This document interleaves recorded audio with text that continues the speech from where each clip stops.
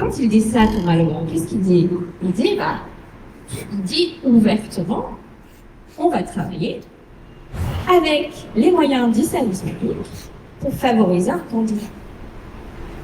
Tout journaliste honnête, cadre honnête, tout journaliste qui respecterait sa déontologie, telle que la déontologie qu'il y a, parce qu'ils ont une charte déontologique à France Télévisions ou à Radio France.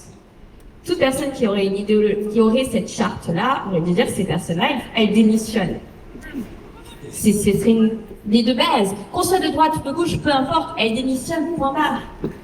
Un éditorialiste, il faut vraiment faire cette distinction. Un éditorialiste, il a le droit de montrer son opinion. C'est pas un problème, techniquement.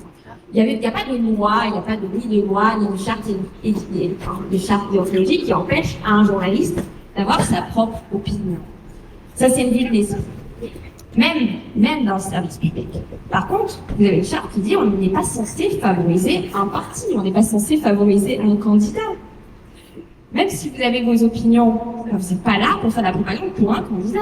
Parce que ça, c'est de la propagande. C'est un service de communication, c'est un service publicitaire.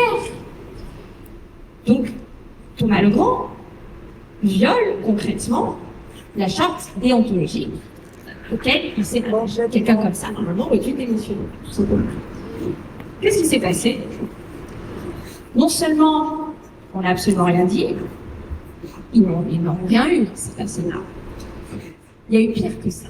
Le syndicat des journalistes, syndicat national des journalistes de France Télévisions, qui s'est dit outré, je dis bien, outré par l'affaire Cohen-Legrand, non pas par ceux qui les ont dit, mais par le fait qu'on les a critiqués pour ce qu'ils ont fait.